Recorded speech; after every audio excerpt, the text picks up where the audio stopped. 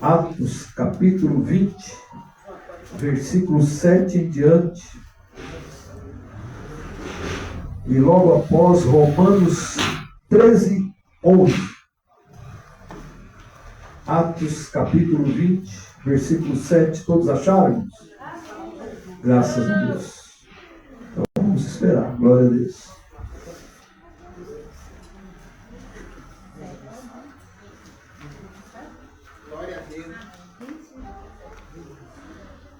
Vamos ler, irmãos.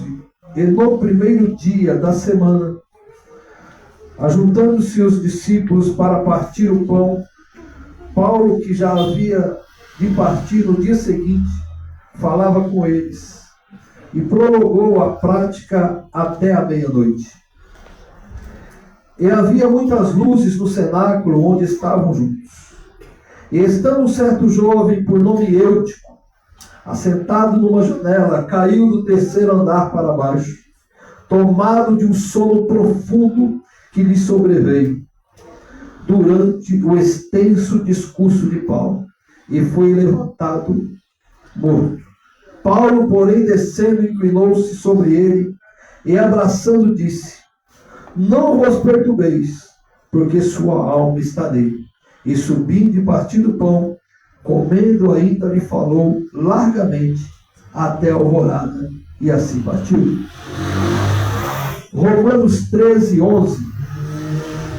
Romanos capítulo 13, versículo 11 diz assim: e isto digo, conhecendo o tempo, que já é hora de despertardes do sono, porque a nossa salvação está agora mais perto de nós do que quando aceitamos a fé. Amém, irmãos? A igreja pode sentar em nome do Senhor Jesus. Irmãos, quando a Bíblia nos fala de sono, não é uma grande preocupação para nós. Efésios 5:4 diz: esperta-te, tu que dormes, levanta dentre os mortos, e Cristo te esclarecerá. Precisamos estar despertados, porque o sono é algo perigoso, é algo que muitas vezes vem de surpresa, quando a pessoa menos espera. E no ambiente em que aquelas pessoas estavam, que eu estava ali sentado, nós vemos que havia muitas luzes, assim como há aqui nessa noite. Vemos luzes, vemos como os cristãos, vemos como homens e mulheres de Deus, cheios e cheios do Espírito Santo, refletem como luzes no cenário. Mas sempre em meio às luzes há alguém que parece que está com a luz um pouco apagada, está um pouco desligado, está muitas vezes, não está junto com os demais, mas preferiu sentar na janela. Preferiu sentar num lugar aonde está longe. Nós vemos que eles estavam ali no terceiro andar. Paulo disse que conheceu um homem que não sabe se no corpo ou fora do corpo, foi ao terceiro céu. E eles estavam ali no terceiro andar. No terceiro andar, creio que havia algo sobrenatural, e o crente enxerga algo de maneira sobrenatural. E precisamos ver que quando estamos em um ambiente sobrenatural, como estamos aqui hoje, precisamos estar ligados.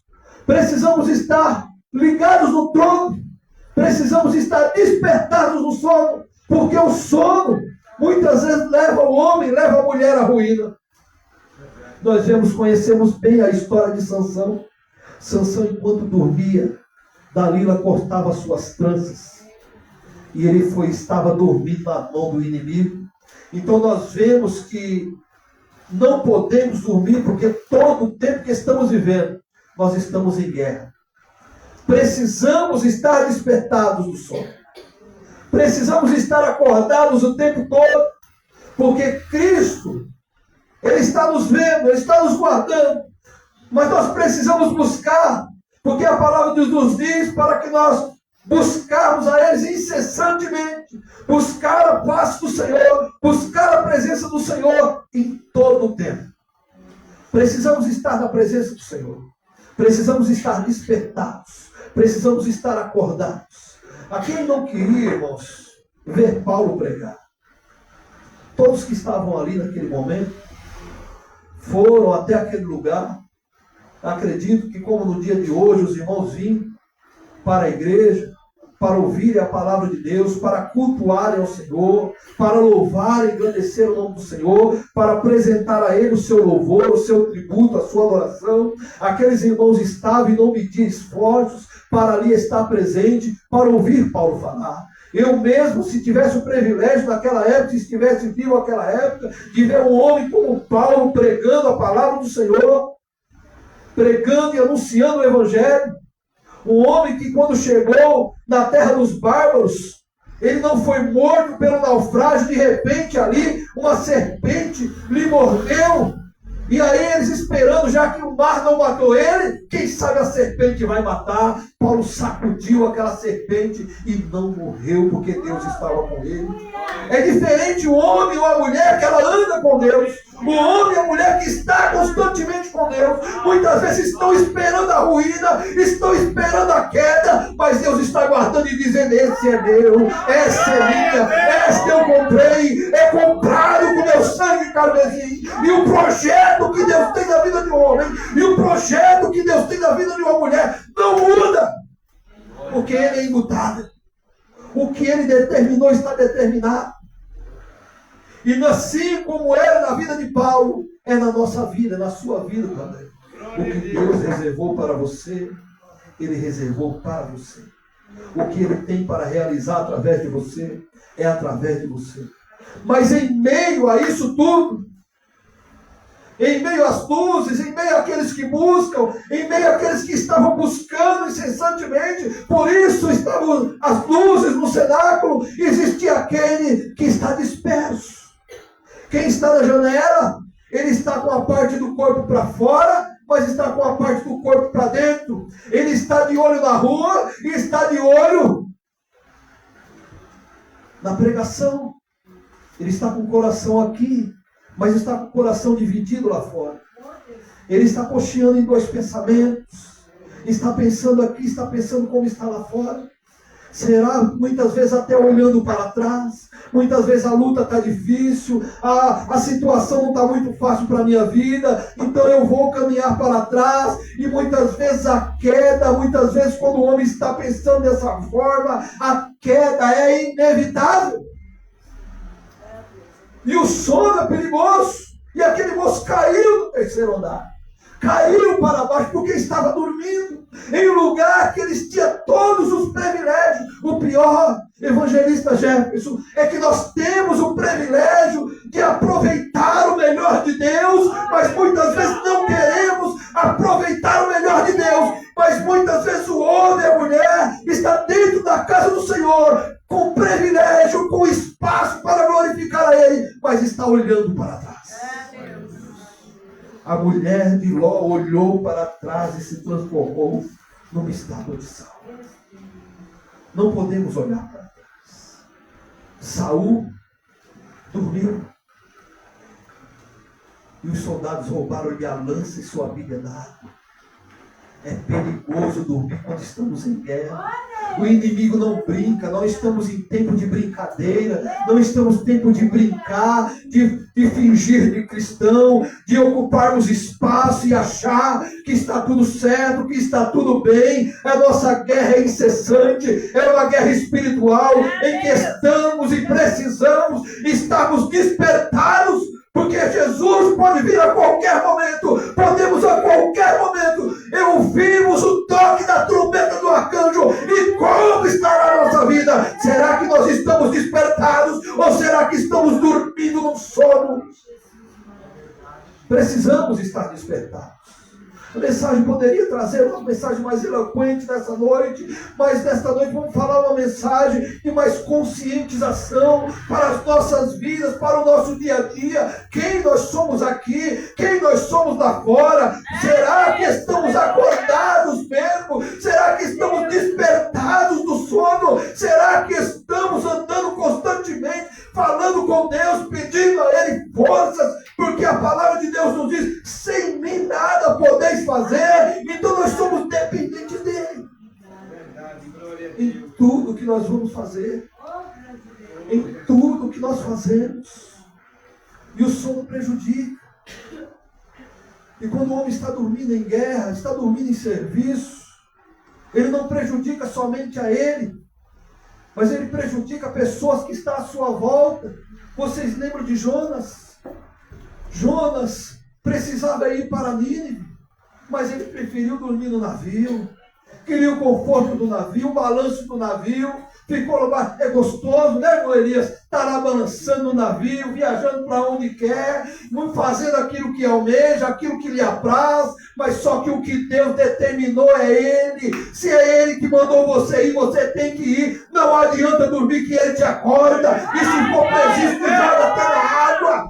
Precisamos acordar do sono. Precisamos despertarmos do sono. Não é momento de dormir, é momento de guerrearmos. A nossa luta não é contra a carne nem o sangue, mas é contra as potestades malignas, e elas não perdem tempo. Crente não pode dormir. Nós não podemos cochilar.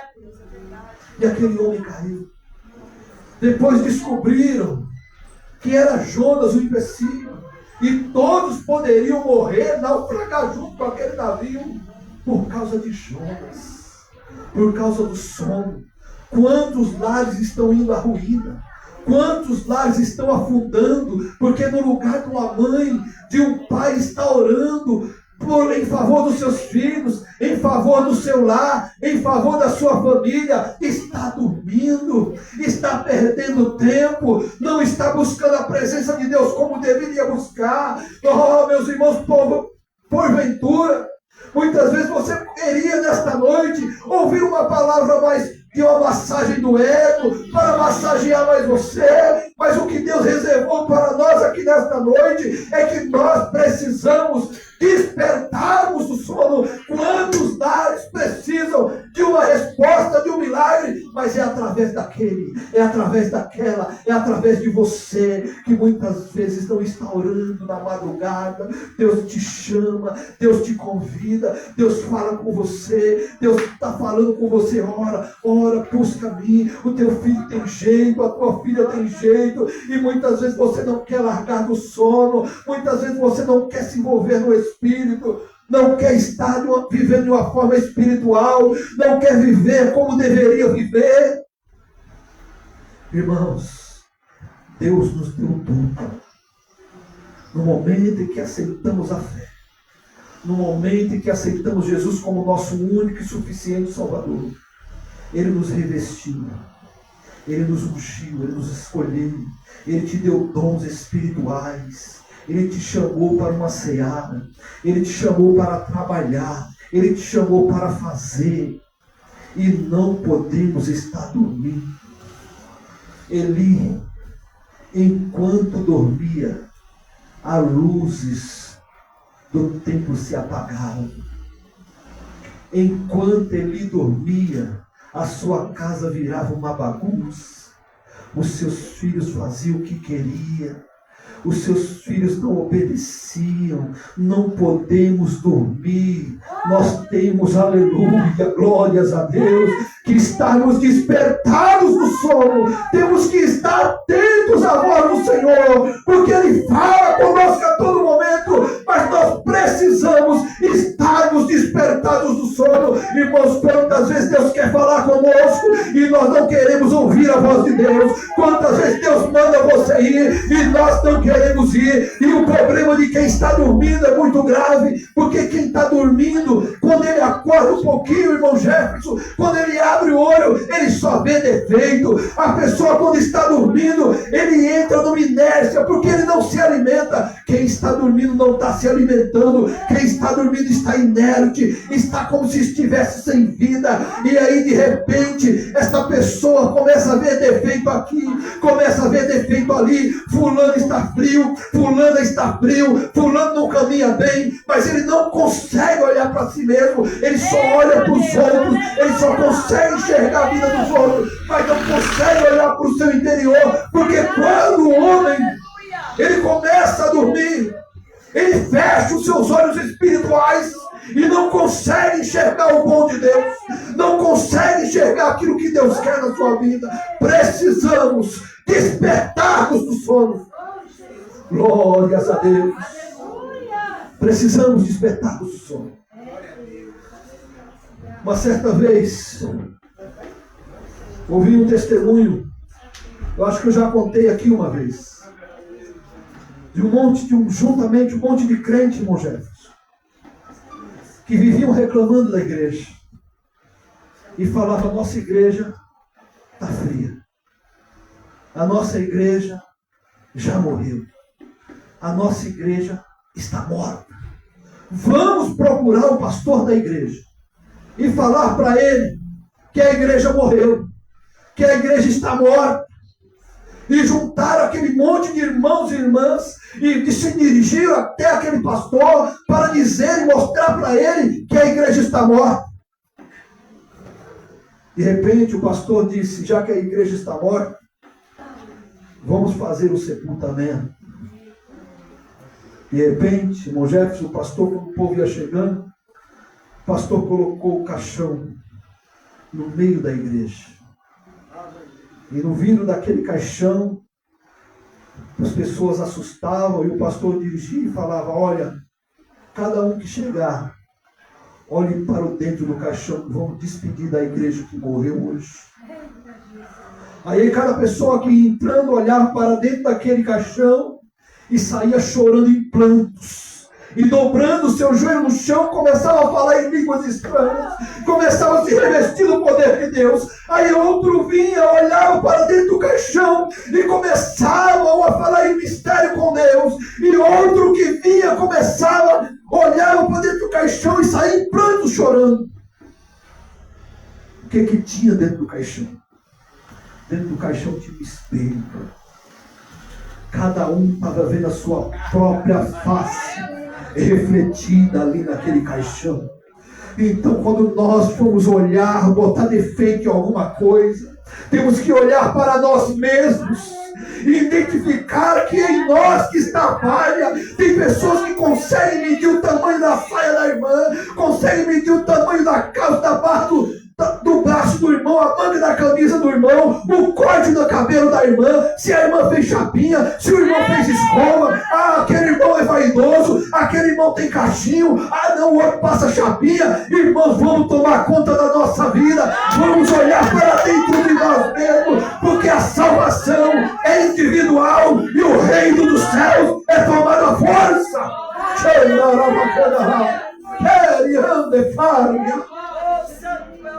Deus, Ele quer a cada um de nós, olhando para cada um de nós e fazer uma autoanálise de nós mesmos, de nossas próprias ações, porque você não vai prestar conta da vida de fulano, você não vai prestar conta da vida de fulana, você vai prestar conta apenas da sua própria alma. Então precisamos despertarmos do sono e olhar, porque crente que está acordado, crente que está na fiação. Quando nós falávamos, né, Jefferson, que nós íamos para o monte, vai falar, estamos na fiação, né? Aí quando fala que estamos na fiação, o crente que está na fiação, o crente que está ligado com Deus, ele não vê defeito. Quando ele vê alguém triste, ele quer abraçar, quer descobrir o problema, quer descobrir o que aconteceu com aquela irmã. Ele não tem um olhar julgador. Ele fala, aquele irmão, ele está se vestindo diferente, vamos ajudar ele para se vestir melhor. Ele não julga ele quer ajudar ele quer ajudar ela. Olha, aquela irmã, ela chegou triste, não, vamos dar uma palavra de ânimo para ela, vamos juntar as irmãs, vamos abraçar ela, vamos cercar aquela irmã e vamos orar por ela hoje. É assim que é uma igreja viva. Irmãos, a Bíblia nos diz, tem nome, diz que está vivo, mas está morto. E Deus não se alegra com a igreja morta, e nem com a igreja morta. O morno, ele está na média, e Deus não quer ninguém na média. Deus quer você no espírito. Deus quer ver você revestido. Deus quer ver você tendo visões espirituais. Deus quer ver você falando em mistérios. Deus quer ver você falando em língua. Deus quer ver você colocando a mão sobre os enfermos e os enfermos sejam curados. Ele não quer ver você usando a sua boca para falar mal de alguém. Ele quer ver a sua boca para profetizar. A palavra de Deus nos diz que da mesma fonte não pode sair água limpa, água doce e água salgada. E nós vemos que no mesmo cano de água não pode sair água de esgoto e água potável para se beber. Então é impossível uma pessoa que está cheia do Espírito Santo lançar palavra de maldição para alguém. É impossível uma pessoa que está cheia do Espírito Santo querer ver o mal de alguém. É impossível uma pessoa cheia do Espírito Santo querer que alguém ande para trás. Mas quem está cheio do Espírito Santo, ele tanto ajuda ele, como ele levanta os demais. Uma mulher, um homem cheio do Espírito Santo, ele abençoa o seu lar. E ele consegue abençoar o lar do vizinho. Ele consegue abençoar o lar da vizinha, porque ele despertou do sono, aleluia. Estamos diante de uma igreja que se alimenta todos os dias e nós precisamos estar despertos do sono. Precisamos estar despertados do sono, porque o Senhor já te revestiu da sua graça. O Senhor já te revestiu do seu poder. O Senhor já te deu autoridade. E por que cochilarmos? E por que dormirmos? E por que esperar o naufrágio? E por que esperar a janela? Por que não nos aproximarmos de Deus da maneira que Ele quer? Muitas pessoas estão esperando aplausos humanos, mas nós precisamos que Deus nos enxergue da maneira que Ele quer. É Ele que precisa te avaliar.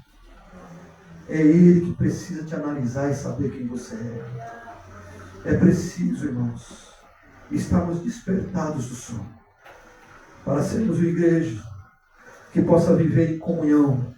Assim como Paulo disse, que a igreja vivia em comunhão, em oração, na doutrina dos apóstolos e na partilha do pão.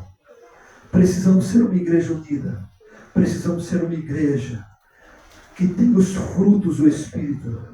Porque se tiver dons espirituais, mas os frutos não caminhar junto, essa igreja não despertou do sono. Existem 9 dons espirituais. E existe 9 frutos do Espírito que se resume em um fruto do Espírito. Então não condiz eu profetizar e mentir. Não condiz eu orar por cura e não pagar quem eu devo. Não condiz, aleluia, eu amar, eu profetizar que a pessoa seja curada e eu não conseguir amá-la como Deus mandou me amar. Então, para uma igreja que despertou do sono, a ação externa é diferente. É a ação daquele que vai morar no céu. É a ação daquele que vai morar na glória. Ele já não age como as pessoas agem naturalmente. Ele age pelo Espírito. Será que Deus está se agradando? Não importa o que os outros pensam. O que importa é o que Deus acha. O que importa é o que Deus quer. O que importa é o que Deus manda. Aí você já não vai fazer como Jonas. Deus mandou ir, eu vou, Senhor. O Senhor mandou eu caminhar, eu vou caminhar. O Senhor mandou andar para trás, eu ando também. Mas eu vou fazer o que o Senhor manda. É o que o Senhor manda que eu vou fazer. Esse crente despertou do sono. Eu vou dirigir o grupo das irmãs. Eu vou dirigir o grupo dos irmãos. Eu vou me levantar como diácono. Deus vai me levantar como diácono. Esse despertou do sono.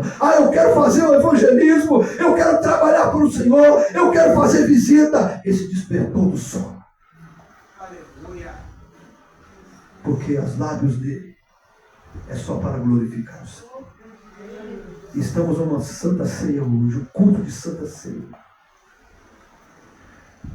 em que Jesus pagou o maior preço, não para que dormíssemos, mas que o adorássemos. Quando ele falou com aquela mulher samaritana, quando ele a questionou, e ela o questionou, ele disse, ela perguntou, quem é certo, se adora no templo ou adora no monte?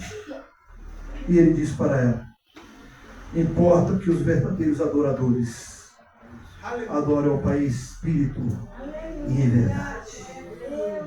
E é assim que nós adoramos, é assim que nós servimos.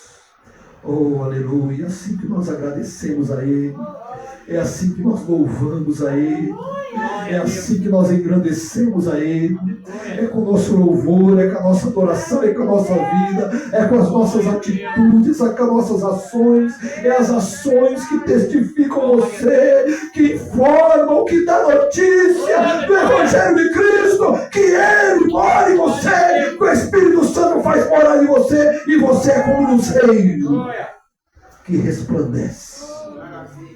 Peço que a igreja coloque em pé. Glórias a Deus. Graças a Deus, irmãos. Se você, por um acaso, achou que